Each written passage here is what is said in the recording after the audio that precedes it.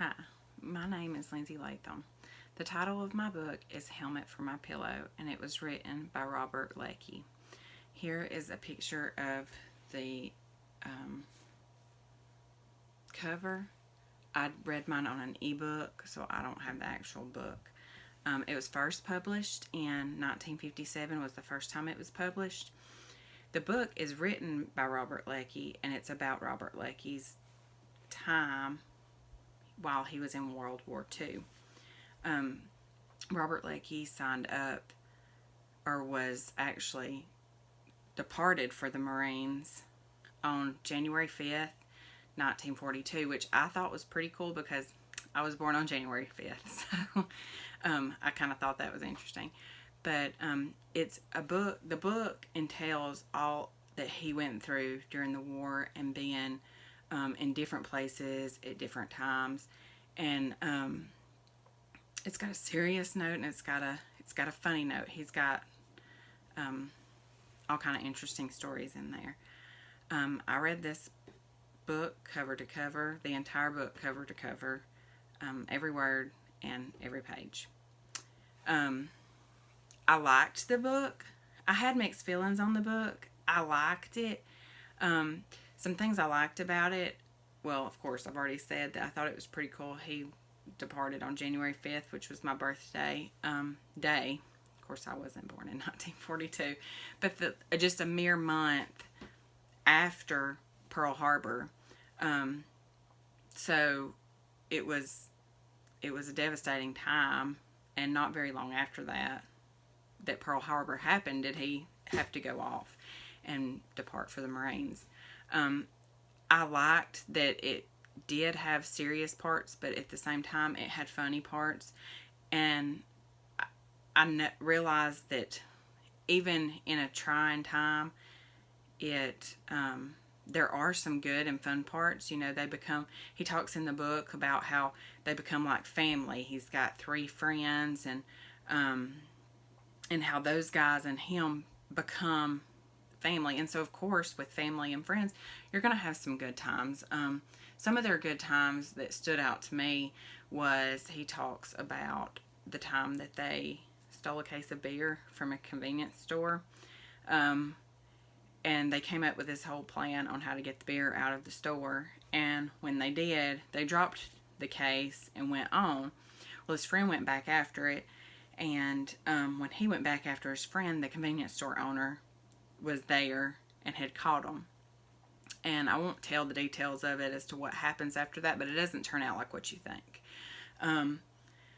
Another funny thing that I thought kind of added some humor in it is that his friend Hoosier would sort of mimic their commanding officer sometimes, and he was kind of the jokester of the family. So those were just a couple of things that stood out to me, but it also had a serious side.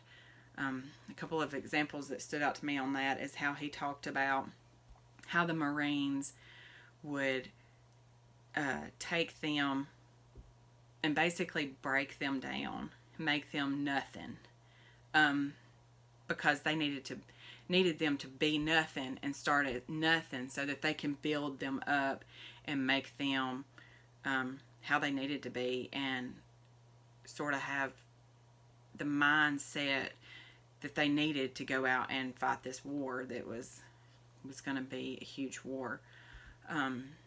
So they had to have certain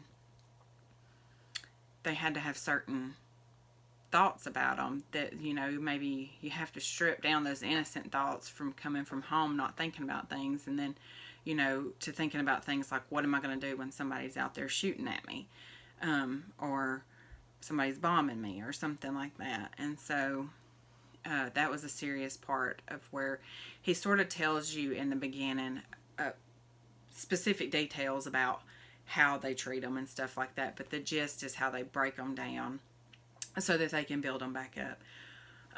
Another serious thing that stood out to me was they had a guy. There was a guy in the book that they called Souvenirs, and he would Japanese often had gold teeth, and so this guy would raid the dead bodies of the Japanese and take their teeth and sell them for money. So he thought that he had killed a particular officer of the Japanese, and the officers of the Japanese carry sabers. And so he goes into this river where the body was, and he finds the body, but there's no saber. And so he comes back out, and his friends, when he gets back out, and his friends are over there, and they have like a spyglass, and they're kind of squinting and all that, and he looks through that spyglass, and there's a crocodile eating the body that he was just inspecting. And so it kind of hit home to him that, like, I was just there. And he made the comment in the book that it made his knees go weak. And so those are a couple of the serious things but I liked that it had both. It wasn't just a story about a devastating war where there was nothing good out of it. But he made a family. And so a couple of things I didn't like was that it was extremely detailed. And what I mean by that is I feel like he used a lot of words that he didn't have to use, but still could have got his point across. Like I felt like the book kind of drug on because I just feel like it kind of drug on. He just kind of went into a lot of detail, and he hung on one particular thing for a long time. I mean, one chapter is over 100 pages, and so I felt like either it could have been broken down a little better, or maybe not used so many words, and the book been a shorter book. It was a little hard to follow for me, because I didn't understand some of the Marine talk, or they were bounced around so much that, I mean, this is not his fault as far as him writing the story, but they were bounced around so much, going from place to place during the war, that was kind of hard for me to keep up with as far as in the book. I would have to stop and think, okay, where are they at now? But the Marine talk also made it a little difficult. There were some things I had to look up just because I didn't really understand, like NCOs. I did find out that means non-commissioned officer. And PFCs, I don't really know if this is what the book meant, but Google says that it's a perfluorinated compound. I don't know if that's what he meant in the book or not. I really never figured that part out. But I did find it interesting. One little tidbit in the book I did find interesting was that he made the comment that privates back then only made $21 a month. So I thought, wow, we don't think about that very, we couldn't survive on that now. But it kind of like really sparked a light bulb in my head, like, wait, that is, because you often think back and are like, well, what was gas prices then, and what did a gallon of milk cost? And I know I've done that, and just to know that privates made $26 or $21 a month, I just thought, wow. But I would recommend this book to people that are interested in history and wars and stuff. If history is somebody's thing, this would be a great book for them.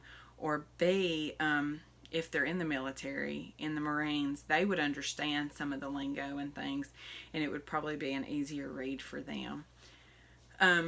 When it came time to do my lesson plan, I really wanted, because the book was based on his time in World War II, I really wanted to do my lesson on World War II.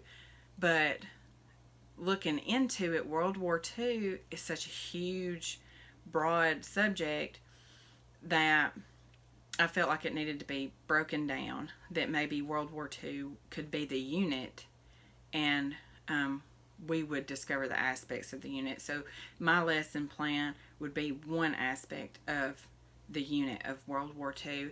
And the standard, the 6th grade standard that I used, calls for at least one identification of a major event in World War II.